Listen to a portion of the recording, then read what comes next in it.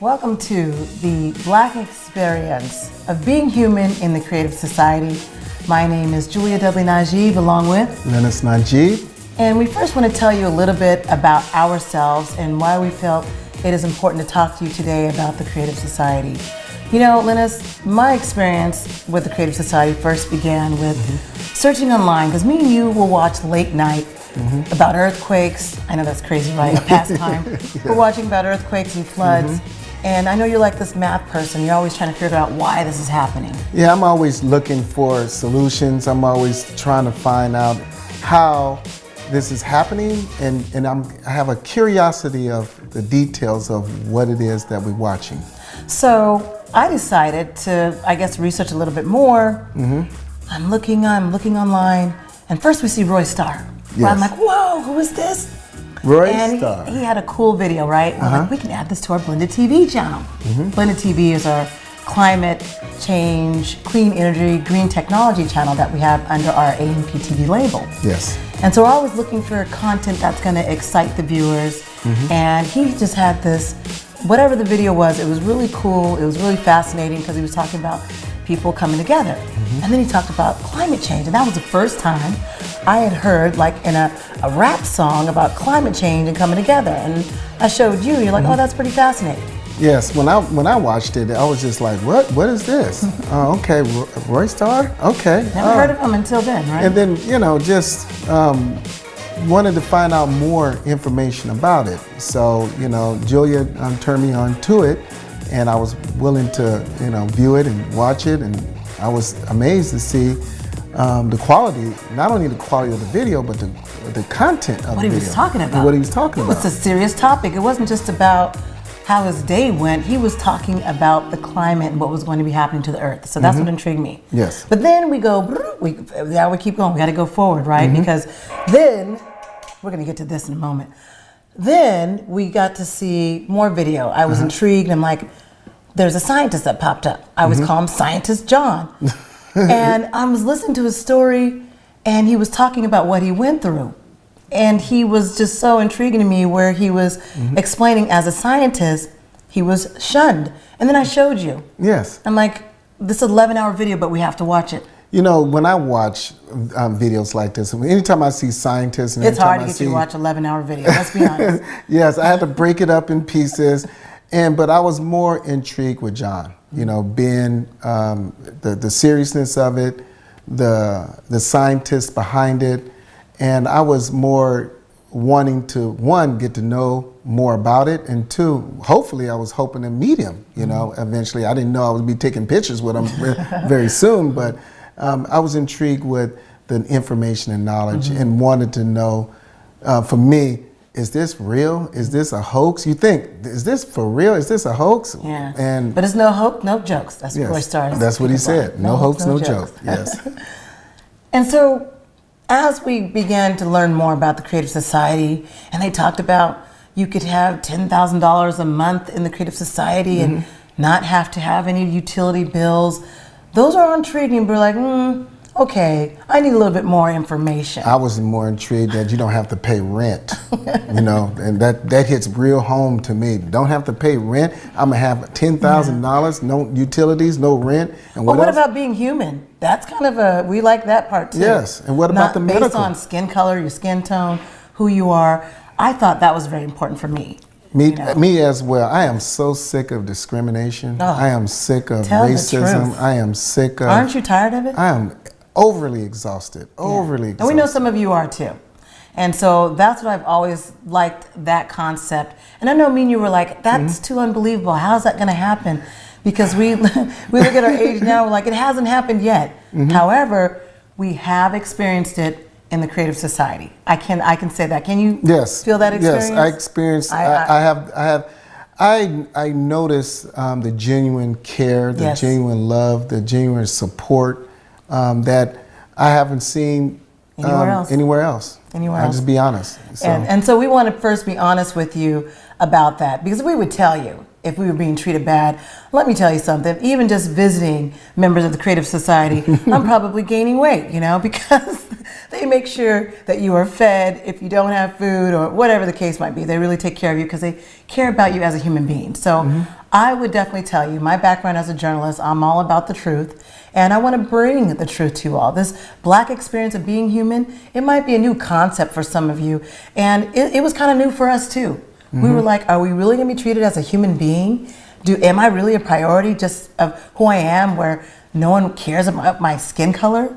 Believe it or not, I'm here to tell you, that has been our experience in the creative society. So I wanted to start with that to let people know. And your background, tell them about your background, mathematics. And Yes, I have a degree in mathematics with a minor in statistics and probability. I also have a teaching credential in mathematics. I taught math for about 15 years throughout California and through some of the universities in the summertime as well. And using my math skills, a lot of people look at math as just numbers. Oh, he knows numbers or symbols and everything. I actually apply it to life. I actually apply it to people. I actually apply it to reality. Everything that I do, I use math in it because math is a universal language. And what I saw working and talking to some of the scientists in person, I had to meet them in person and privately, one-on-one. And I was able to really see the emotion, really see the data, really see what they're talking about, not only on a personal level, but on a mathematical science level. And I was very intrigued and seeing that it's real, it's really real. And I want our audience and also our community to take this serious and be real with it and see how you all can contribute to the creative society and to this fold right here. so these coordination centers, and we're starting it off. We want to make sure you know that you too can have a coordination center, right? But we're starting this off to show you this is as simple as it gets, just having the dialogue. You can have the dialogue with 2 of you, 3 of you, 4 of you, and then that'll grow to 5, and that'll grow to 10 and 25 and so on. And with that experience of just talking and breaking down maybe concepts that might seem dense and difficult, like what we're going to do today. We're going to tackle a difficult topic, but before I do that, I'll tell you a little bit about my background as an investigative journalist, news producer, several degrees, journalism, marketing, French. I also have a teaching credential, English, also film production, and a few masters. You got a few masters. Okay, so now you know we're educated, right? And so we're not. You forgot to mention your award-winning journalist. Oh yeah, I have a few awards. I got a few of those as well. And I just want to tell you that we're not trying to brag. That's not it at all. That's not what it is. We're telling you that we're educated people who have done the research and are telling you that this is beyond real. Eventually we'll be talking about technology. Eventually we'll be talking about other difficult concepts. But today we want to talk about the auroras. And let me tell you why. And so there's a news article that flashed about these auroras, and it hit Northern California. So I was on the phone with a friend and also talked to a cousin, and people were fascinated. Oh, we got to go see these auroras. We got to go visit the auroras. And me and you were both mortified, right? Because we've been at the conference. We've seen the 11-hour video. We've seen what these auroras are. They're not what you think they are. They might be beautiful in colors. Ooh, look at the pink, look at the green. And we're like, ooh, yes, look at the pink, look at the green. Yes. And we want to be able to explain that to you. But first, we have to break down the sun. When you look up in the sky at the sun, you're thinking, oh, the sun is shining. I love the beautiful rays. I am in the sun. I'm enjoying it. And there's always that myth we've talked about, how Black people can't get skin cancer. But me and you know, thanks to Inbu and Tiffany Midwa's forum, melanoma is very much a thing for African Americans, for everyone. The sun. So we want to, if you can give us an analogy, how big is the sun? How big is it? Well, if you think about the sun, you know, it's huge. It's very huge. And when you look at, when you think about the sun, just go to the beach and you see like a grain of sand, you know, a tiny grain of sand, just one tiny grain of sand. I know the beach is so filled of sand, but you just take one of those sands and you put it in a big bowl where you can, or a big volume bowl where you can put each sand in there. Well, it takes approximately 1 million of those sands, but each sand represents 1 Earth. That's how big the sun is. So that can give you some kind of a projection or a perspective of the size of the Earth in compared to the size of the sun.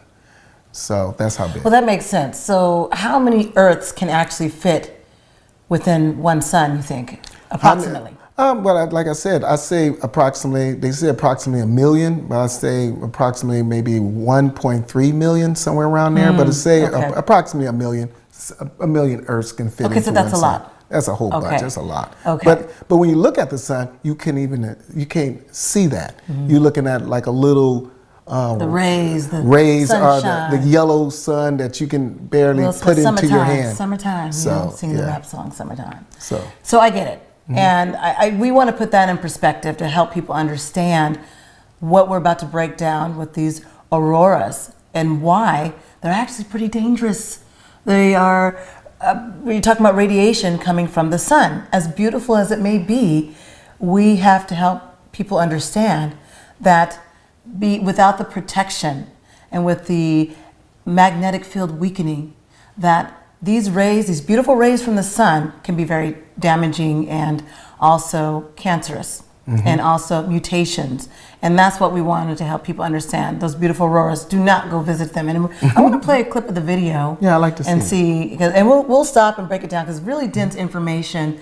And so we figured in this Black experience of being human in the creative society, any questions that you have, please definitely send that to us. You can go to blendedtv.me or amptvnow.com and send us the questions you have. We want to be able to have these forums, answer your questions, and maybe have you participate in your own coordination center eventually.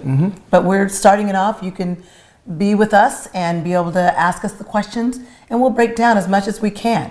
And we'll even bring people on the show to be able to help us understand even more. But since we just had a 12-hour forum, I wanted to play this first excerpt. And by the way, these are from experts, scientists. They have the PhDs, they've got the backgrounds, we're not just showing you anyone, we're showing you credible scientists from around the world, around the globe, and they didn't just wake up and do this yesterday. That's important for people to understand. This is real research over time. And so why don't we play that first clip? Changes in the magnetic field of the Earth and other planets and the atypical anomalies. So I'm going to play the first clip and we're going to discuss it.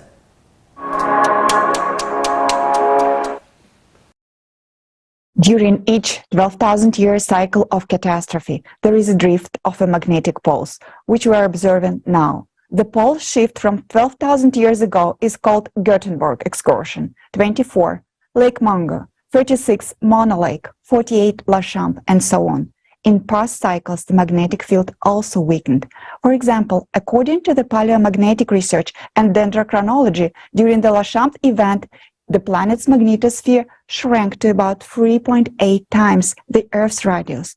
One hypothesis claims that the extinction of Neanderthals occurred due to the increased ultraranges of the magnetic field in the current 12,000-year cycle. What anomalies on the planet they cause, and what threats these possess to us. Again, that in 1995, as a result of the changes in the Earth magnetic field and in the Earth core, the North Magnetic Pole, previously moving at a speed of about 10 miles a year, drastically accelerated by 3.5 ultraviolet, X-ray, gamma, and their derivative, is threatening us. This also means that an even greater flux of the external cosmic impact is penetrating towards the core. Wait, can we pause there for a minute? Because we're saying only a 10% weakening of the Earth's magnetic field. Why do you see that as a lot when you're looking at the weakening? 10% is a lot. Mathematically, it's a lot because it can weaken more and more and more as time goes on, and we don't know the rate yet, or we do know the rate, but at 10% is quite a significant amount. And then also what she said, this is a scientist, Anastasia, a very well-known scientist, when we're looking at that magnetic field weakening and radiation and X-rays coming through, that is where we're looking at health conditions changing. That is where we're looking at mood and behavior changing. All of things add to it. See, people forget that our body is made, at least 60% water, and that we too run on an electric field within our own bodies. A lot of people also don't realize as well is the animals. What we eat is affected by those rays. It's affected by the nutrients that's in the ground, and also by the fruits that's also grown up as well. So radiated food, I mean, we have to look at all of those things when we're looking at the weakening of the Earth's magnetic field. And that's just a part of it when we're talking about the weakening of the Earth's magnetic field. We got to talk about the sun rays that are coming through there. So I'm going to let Anastasia continue, but I wanted to first explain that that's significant to understand that the weakening of the field itself is problematic. Yes. Okay, because what's coming through, the X-ray, the radiation, and so forth, and why we're seeing more health elements as well, the cancers and the mutations that people don't have an explanation for. There is another sign of the changes in the Earth's magnetic field, which indicates the stabilization of the core and is probably unexpected for you. These are atypical auroras. You probably noticed that this year there are particularly many abnormally bright and frequent auroras in various non-typical places of the planet. People have posted numerous photos and videos on social networks admiring this phenomena. However, unfortunately, there isn't anything to admire, and now we will explain why. What is an aurora? This is the interaction of the solar wind with the Earth's magnetic field and the atmosphere. In simple terms, the solar wind particles interact with oxygen and nitrogen, causing them to emit light, which we observe as an aurora. Depending on how deeply charged particle can penetrate the atmosphere, what energy they have, the auroras with different colors we will observe. Each altitude has its own color, which is determined by the composition and density of the atmosphere. On Earth, we used to see green auroras, mainly on the poles. Green auroras occurs at the height of 60 to 130 kilometers above the Earth. Then solar wind particles with a medium energy interact with atomic oxygen. However, the auroras also can be red. It occurs due to the interaction of high-energy solar wind particles with atomic oxygen. Usually, it appears at the heights above 130 miles because such high-energy particles were prevented by the magnetic field from penetrating below this altitude. Red auroras were rare. They occurred only during the intense magnetic storms. Now...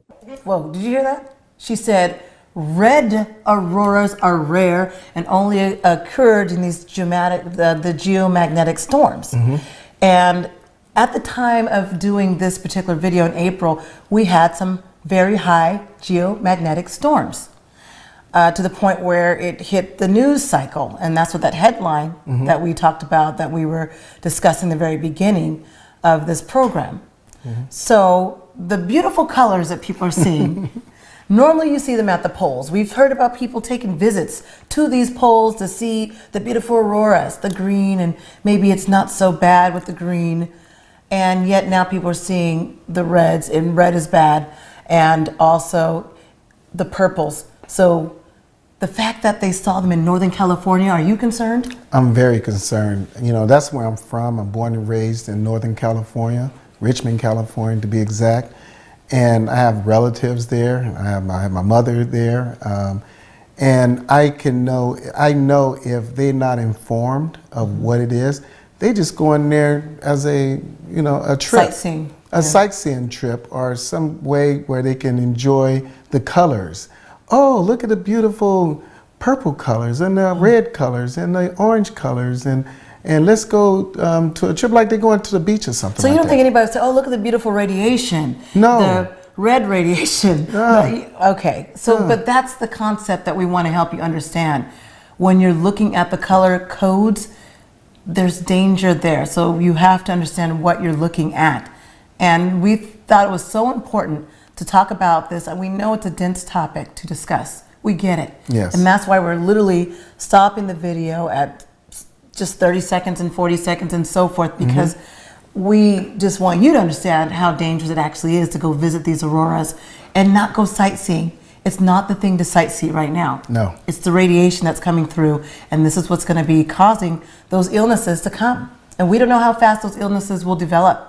We don't know if that'll be within a month's time or years, but it will happen. So let's continue there. We observe an extremely alarming anomaly.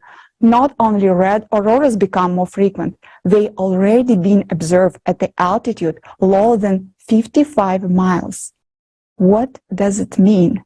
First of all, this means that the magnetic field is weakening, and those active high-energy particles of solar wind, which were supposed to be reflected by the magnetic field, and they are freely penetrating deeper into the atmosphere and beginning to interact with atomic oxygen closer to the Earth. This is important to note that there is a penetration of larger, more highly charged particles that act more destructively. The fact that the red auroras occur in the lower layers of the atmosphere means that there are no longer protection above.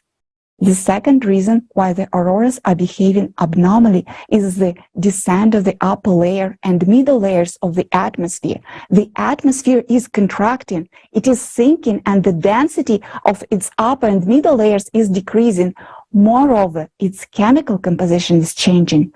Satellite data has revealed a decrease in the concentration of oxygen by 2 to 4 times at the altitudes of 80 miles. And Wait, did you hear what she just said about oxygen decreasing? So the solar winds are able to penetrate because there's no protection there. There's no protection through the ozone layer. There's nothing there. So when you're saying oxygen decreasing, when you're thinking about the oxygen decreasing, you're looking at the situation where you can't breathe. You know, you're not able to breathe as freely or as sparingly as you would like. So without oxygen, oxygen go to your brain. You can't think. You can't. Less function. oxygen going to your brain. Less oxygen going to your brain. You can't think. You can't function. You can't process. So that's a big concern right now. Right. And so these are long-term trends that she is talking about. And I think that is what we want to see. She says that we want to help people understand and see, because she's talking about these are sharp declines in oxygen concentration. Our body has to be able to operate off of oxygen. And that is the problem, is that we don't realize how important that is. We live off of oxygen, and without it, we die. You know, I don't mean to say it like that, but it's like a doom and gloom if we don't have the oxygen. It keeps decreasing like that. And so when we're looking at these solar winds, and remember how big the sun is. You're talking about at least 1 million Earths. That's how big the sun is, and these are the solar winds that are coming through. Let's continue. And the rate of the oxygen loss is significantly exceed all predictive model, indicating some pathological process leading to a decrease in oxygen in the atmosphere. Scientists also record the destruction of ozone by solar wind at the altitudes of 50 miles, and soon we will see the ozone layer being destroyed in the stratosphere at the altitudes of 30 miles. This means that we will lose our protection from UV radiation. Red auroras are already appearing in mid-latitude. Many of these were observed in February and March 2023. On January 5th, 2023, the sky over Germany was colored red. This was example of anomalous static red aurora. In addition to anomalous red aurora, blue, teal, white, and even pink auroras have also been observed, which also indicate the penetration of solar wind closer to the surface of Earth and cracks in the magnetic field. During the solar flares, auroras are increasingly moving towards the equator. For example, during the strong magnetic storm on March 24, 2023, which scientists could not predict in advance and did not expect its arrival, the auroras was observed in the United States, even in southern regions, such as Virginia, North Carolina, Oklahoma, and in Arizona. Polar auroras started reaching southern latitudes in Europe, such as Czech Republic, Ukraine, and southern Russia.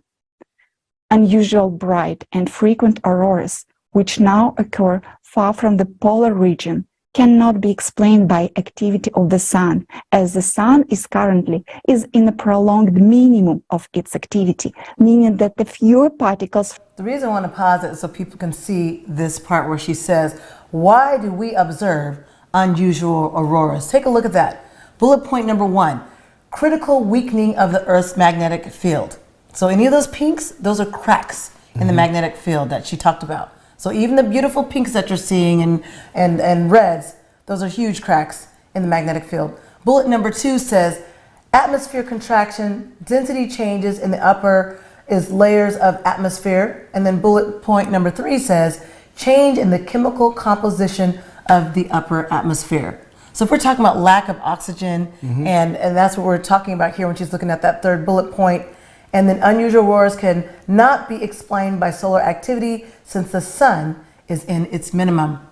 The sun, which has this cycle that it goes through, we are at the minimum with the sun cycle. We wanted to help people understand that these auroras that you're seeing might be beautiful, but not as beautiful as you think when you're looking at the whole scope of things in picture. So we're going to finish up and then we'll finalize our discussion. Yes. From solar wind will reach the Earth. The only explanation for the aurora's anomalies is that the magnetic field is critically weakening, the atmosphere is contracting, and the solar wind is descending closer and closer to the surface. This is scary because it shows a large disturbance in the magnetic field, and it is a sign that the Earth's core is no longer working properly. We are horrified by the fact that people are now just admiring this phenomenon without realizing that this is the black mark of Cerberus.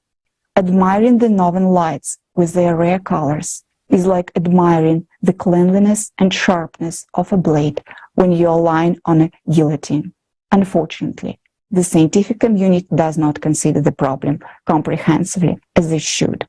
These processes will only intensify further, and there will be more and more harsh radiation coming from space. Did you hear what she just said about the guillotine? You heard that, right? Yes, I heard that very clearly. Okay, because I want to make sure you all heard it too, because we're admiring like how the blade's going to look when it pretty much cuts right through us. That's what she said. And this is from a scientist's perspective. A renowned scientist, Anastasia, is explaining about these beautiful auroras that no one's really talking about that. All I'm seeing are news clips discussing about the beautiful auroras. It's all about, oh, look at the site over Northern California. Look at the site over here in Virginia. But they don't have no clue that that is coming into a death sentence. Oh, but now they do. If you're watching the Black experience of being human in the creative society, now you have a clue. We are telling you what's going on. We are digging into the truth to be able to help you explore even yourself and look it up. Don't take my word for it. Take the scientist's word for it. We're just showing you right here what it looks like. Yes. Yeah. And I don't know if we want to go into Scientist John clip. He gets pretty animated as well. And so, but I just want to let you know, you're looking at beautiful guillotines. That's what you're looking at. Yes. Few people know that there is another anomalous phenomenon that has become more frequent in the last few years. It is a logical manifestation of an atypical behavior of a magnetic field, which looks like light pillars. Previously, similar phenomena were observed only during the auroras, but now they start to occur even without them. Currently, these phenomena are mainly observed in cold regions at night when there's a light from street lamps. You can read that such light pillars appear because hexagonal or column-shaped ice crystals are suspended in the air, one above another, and are illuminated by a light source. But recall night-winter photos from 10 to 20 years ago.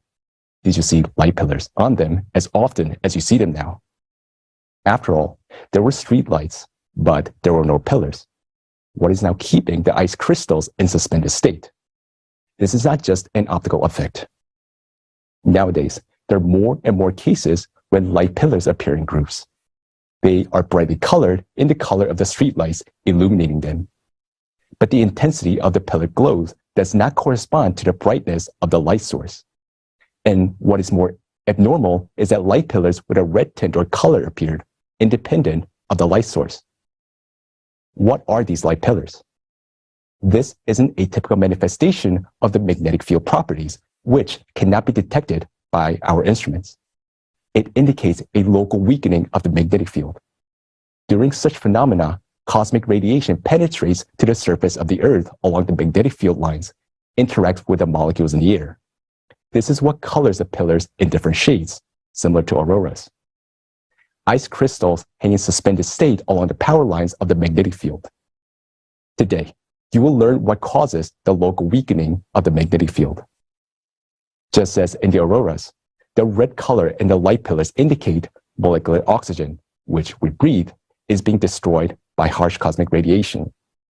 Molecular oxygen turns into atomic oxygen, which emits a reddish color, reddish light. This in turn indicates that anomalous zones in the magnetic field are becoming more frequent and more extensive, and the power lines of magnetic field are distorted. We've seen this before. A little bit different from the aurora, similar as far as the effects of the breakdown in the magnetic field, right? And we're thinking that the beautiful reflection of lights, we've seen this even online, we've seen it on YouTube, and that's what Scientist John, that's one that led us here, Yep. the Creative Society, thank you, Scientist John. Thank you. Light pillars, the red, orange colors, that's actually a bad thing. We want you to realize. So if you're seeing that in the sun, if you're seeing that in the sky, please let us know. Send us a message. Again, you can go to blendedtv.me or amptvnow.com and reach out to us and send us the photos. And we can talk about it. We'll give it to the scientists and ask them to expand on it. Ask them to help explain to us what's going on in this photo. Yeah, they have to be, you guys have to be our eyes and ears so you can give that information to us so we can stay abreast to what's going on in your particular area, no matter what state, or no matter what country, or no matter anywhere on the earth. Send that to us. And again, the Creative Society is about making sure that we have solutions. So just like we just did the Global Crisis Forum, there is a way out. We wanted to let you know there is a way out. So we're not just showing you doom and gloom. We're just trying to explain to you what these auroras and these light fixtures that you're seeing in the sky are all about. We wanted to start with that, but don't worry, there is a way for us to be able to manage all of this through the Creative Society. And the reason why you hear people saying that this is the only way, the Creative Society is the only way, is because we are collectively coming together and unifying, having one experience as a human race, and being able to use technology in the most positive way, using AI technology in the most positive way, where we are not harming the earth, where we are not harming ourselves, where we are being able to appreciate one another as human beings. So I just wanted to say that part. And it's not a doom and gloom if we can come together. And right now we are in this information phase. And this whole Black experience of being human in the Creative Society, what we're doing right now is to inform you, is to give you the information and for you to ask the questions. Please don't be shy in asking us a question. If we do not know it, I promise you, we will find the answer. That is the truth. Let's finish up with Scientist John. As a consequence, our atmosphere is subjected to even more severe attacks from cosmic radiation. Now, you understand why such phenomena as light pillars are not at all fascinating, but rather is frightening. Our protective magnetic field is weakening severely. Harsh cosmic radiation is penetrating deeper and deeper into the Earth's surface, and oxygen in the atmosphere is depleting. All this is progressing extremely rapidly, and we, being intelligent and educated people, do not see that. We admire the anomalous polar light pillars, and say, how beautiful. What can be beautiful about impending death? That's where I wanted to stop this show right here. That's what got me and you, right? What can be more beautiful than impending death? Wow. Yeah. Scientist John, for real? Wow. How did that hit you? Oh, that hit me like a stun of, that just hit me hard when he said, what can be more beautiful than impending death? You know, when he said that, what came in my mind is an image, of what they used to catch flies in the way. And they used the light, the glowing lights out there to catch flies or mosquitoes, more or less. And then they die. And then they go right into the light and they just zip, just die. Ding, ding, ding.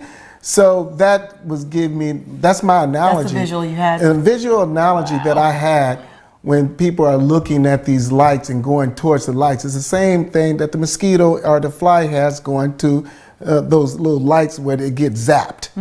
And that's my image, That's the image you saw. that I saw. Thank you, Dr. and Scientist John Hahn, and for breaking that down and giving us that visual. And so that's what we wanted to explain to you all today. Black experience of being human in the creative society. We just wanted to give you a little heads up about those auroras. Please don't go visit those auroras. I know they look beautiful in the sky, but that is impending death that you're looking at in the sky. That is the weakening of the magnetic field. That is radiation coming through. That is the solar winds coming through. That is possibly cancerous mutations and all of those things.